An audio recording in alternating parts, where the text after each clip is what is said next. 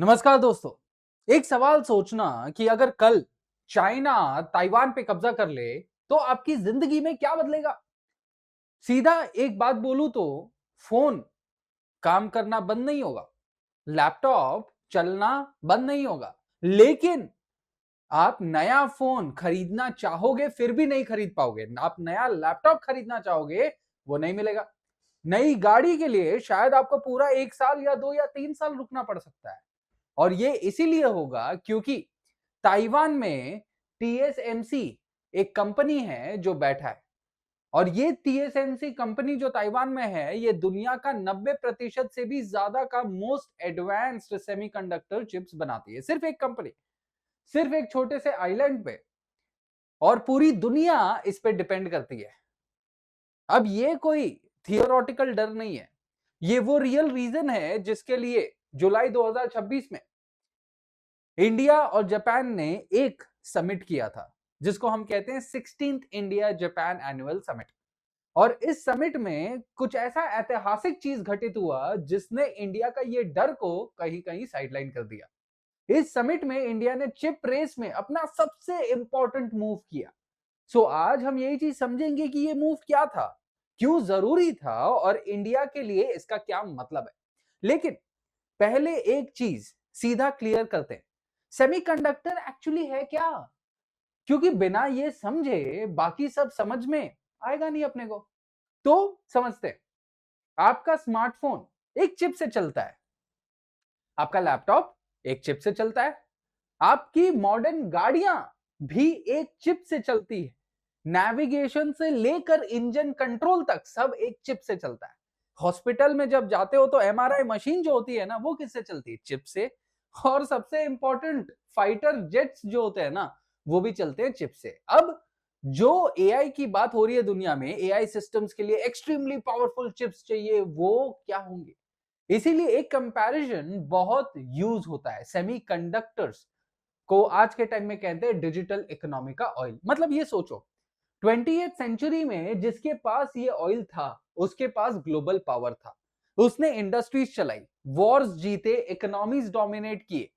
21st century में exactly वही role semiconductors play कर रहा है। जिसके पास आज चिप्स हैं, उसके पास पावर है। वैसे ही जैसे 20वीं शताब्दी में जिसके पास तेल था उसके पास पावर था, आज जिसके पास चिप्स है उसके पास पावर है। और ये चिप्स बनते कहां हैं? यहां से असली गेम की शुरुआत होती है। तो सप्लाई चेन इसके लिए अपने को समझना पड़ेगा। चिप्स डिजाइन होती कहां है? तो अमेरिका में। चिप्स एक्चुअली फैब्रिकेट कहां होती है, मतलब फिजिकली कहां बनती है? तो वो बनती है ताइवान में, ताइवान की कंपनी टीएसएमसी में। मेमोरी चिप्स कहां से आती है? साउथ कोरिया से। और वो मशीन जो सबसे एडवांस चिप्स बनाने के लिए चाहिए, जैसे एक मशीन है ईयूवी लिथोग्राफी, वो सिर्फ एक कंपनी बनाती है पूरी दुनिया में, और वो होती है एएसएमएल, जो कि नेदरलैंड्स में।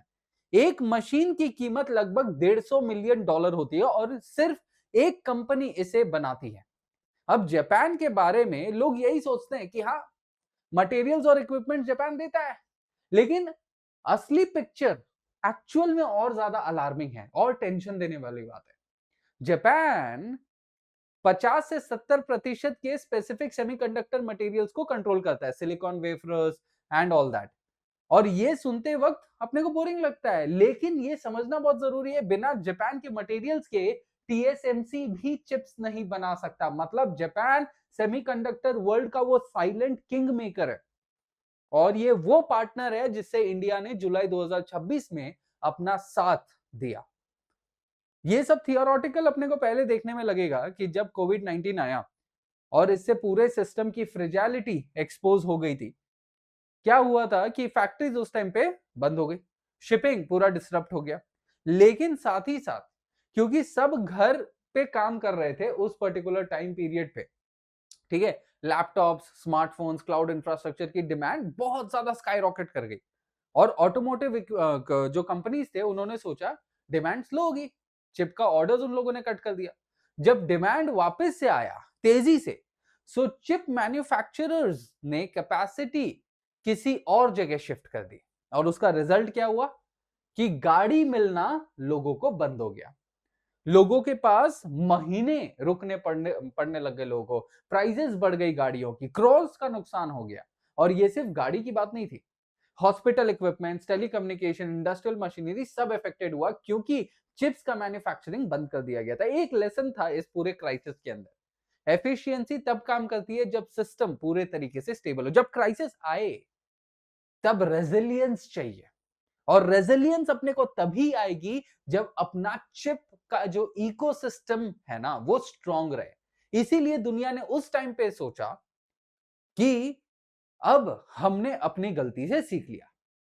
कोविड के बाद एक सबसे बड़ी चीज बदली, यूएस चाइना का टेक्नोलॉजी कंपटीशन जो और ज्यादा इंटेंस हो गया। अमेरिका ने चाइना पे एक्सपोर्ट कंट्रोल्स लगाए, एडवांस चिप्स नहीं, एडवांस इक्विपमेंट नहीं जाएंगे चाइना में। और कंपनीज ने ग्लोबली रियलाइज कर लिया कि सब कुछ एक ही जगह पे डिपेंड करता है और वो डिपेंड करवाना बहुत रिस्की गेम है। तो दो कंसेप्ट्स आए जो आज के टाइम में बहुत इंपॉर्टेंट है। पहला, सबसे पहला होता है फ्रेंड शोरिंग, मतलब सिर्फ ट्रस्टेड स्ट्रैटेजिक पार्टनर्स के साथ ही क्रिटिकल सप्लाई चेन्स बनाओ, किसी रैंडम देश के साथ मत बनाओ। और दूसरा, चाइना प्लस वन, चाइना में काम करते रहो लेकिन एक कंट्री में भी मैन्युफैक्चरिंग मत लगाओ, दूसरे कंट्रीज में भी लगाओ, ताकि अगर एक जगह बंद हो तो दूसरी जगह कर सकते हो। और इन दोनों कंसेप्ट्स में इंडिया एक नेचुरल चॉइस बन जाता है। लार्ज डोमेस्टिक मार्केट इंडिया के पास, टैलेंट है, गवर्नमेंट इंसेंटिव्स है, स्ट्रैटेजिक लोकेशन है, इंडिया की पोजीशनिंग परफेक्ट है।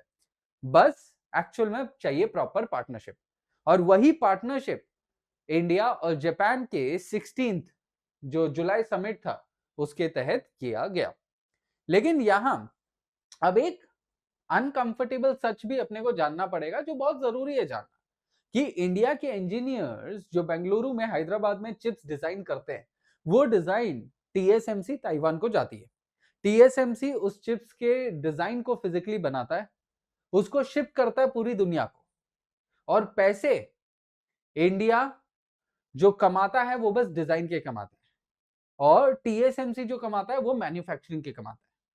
और मैन्युफैक्चरिंग वाला जो होता है वो ज्यादा कमाता है, क्योंकि डिजाइन वालों को नॉर्मल चीज दिया जाता है, लेकिन जो एक्चुअल में मैन्युफैक्चरिंग कर रहे हैं उनको ज्यादा चंक मिलता है। और इंडिया एक्चुअल में ब्रेन है बट फैक्ट्री नहीं।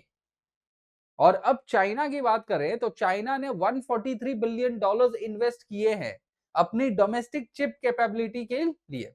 तो ये रेस ऑलरेडी शुरू हो चुकी है और इंडिया और चाइना के बीच में है ये। तो that's one of the major reason कि इंडिया और जापान का जो पार्टनरशिप है, इस गैप को क्लोज करने की एक बहुत बड़ी सीरियस पहल की है इंडिया ने। और इसीलिए ये समिट हमारे लिए सिर्फ एक डिप्लोमेटिक इवेंट नहीं है, ये इंडिया के चिप फ्यूचर डिसाइड करने का एक बड़ा मूव है। तो जुलाई 2026 के 16वें इंडिया जापान एनुअल समिट में एक्चुअली में हुआ क्या कि 6 अलग अलग एरियाज में हमने अग्रीमेंट्स किए, सेमीकंडक्टर्स, आर्टिफिशियल इंटेलिजेंस, क्रिटिकल जो मिनरल्स होते हैं, supply chain resilience, economic security और स्किल डेवलपमेंट।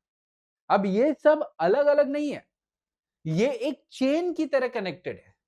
एआई को एडवांस चिप्स चाहिए, चिप्स को मटेरियल्स चाहिए, मटेरियल्स क्रिटिकल मिनरल से आते हैं, सब कुछ स्किल्ड वर्कर्स चाहिए, एंड ये सब एक रेजिलिएंट सप्लाई चेन पे डिपेंड करता है। एक लिंक भी टूटा तो पूरा सिस्टम सफर करेगा।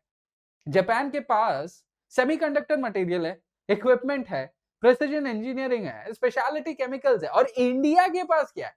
डिजाइन टैलेंट है, लार्ज मार्केट है, एक्सपैंडिंग मैन्युफैक्चरिंग इकोसिस्टम्स है। और यही वो पार्टनरशिप का कोर आइडिया है कि एक के पास कुछ है, एक के पास कुछ है, और एक दोनों के पास जो नहीं है वो एक दूसरे के साथ आके बड़ा एक होलिस्टिक चीज तैयार कर रहे हैं, दैट इज फ्रेंड शोरिंग।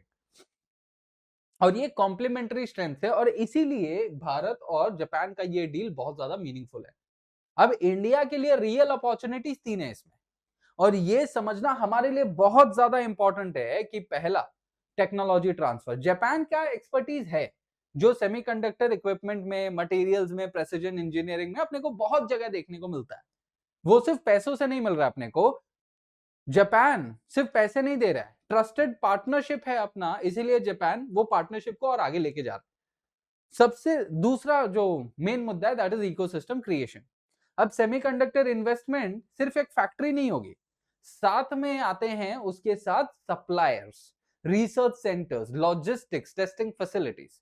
मतलब एक फैक्ट्री से एक पूरा इकोसिस्टम डेवलप होता है और ये इंडिया के लिए बहुत बड़ा हाई वैल्यू एम्प्लॉयमेंट जनरेशन करता है, इंजीनियर्स से लेकर रिसर्चर्स तक।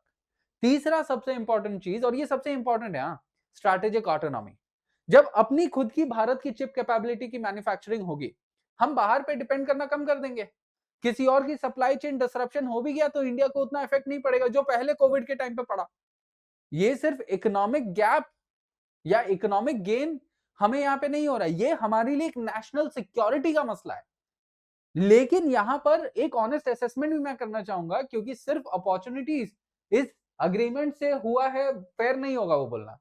सेमीकंडक्टर फैब्रिकेशन प्लांट लगाने के लिए बिलियंस ऑफ डॉलर्स चाहिए और उसको अपग्रेड करने के लिए और ज्यादा लगते रहते हैं। एडवांस्ड मैन्युफैक्चरिंग नॉलेज चाहिए। पूरी दुनिया में कुछ ही कंपनीज हैं जिनके पास ये कॉन्सेंट्रेटेड है और वो इजीली ट्रांसफर नहीं होती है एडवांस्ड नॉलेज। कोई क्यों देगा अपना एडवांस नॉलेज? इंडिया को लार्ज स्पेशलाइज्ड वर्कफोर्स चाहिए, सेमीकंडक्टर फिजिक्स, माइक्रो इलेक्ट्रिक वाले लोग, मटेरियल साइंस वाले लोग। एक साल में ये सब नहीं होगा। इंफ्रास्ट्रक्चर एक बहुत इंपॉर्टेंट रिक्वायरमेंट है इन सब चीज के लिए। रिलायबल इलेक्ट्रिसिटी चाहिए, बहुत इलेक्ट्रिसिटी लगता है इसमें। अल्ट्रा प्योर वाटर चाहिए, हाई कंट्रोल्ड एनवायरमेंट चाहिए। ये सब बिल्ड करने में समय लगता है और सबसे इंपॉर्टेंट चीज है पेशेंस। सेमीकंडक्टर प्रोजेक्ट्स इयर्स में ऑपरेशन करते हैं, डेकेड्स में वो ग्लोबली कॉम्पिटिटिव होते हैं।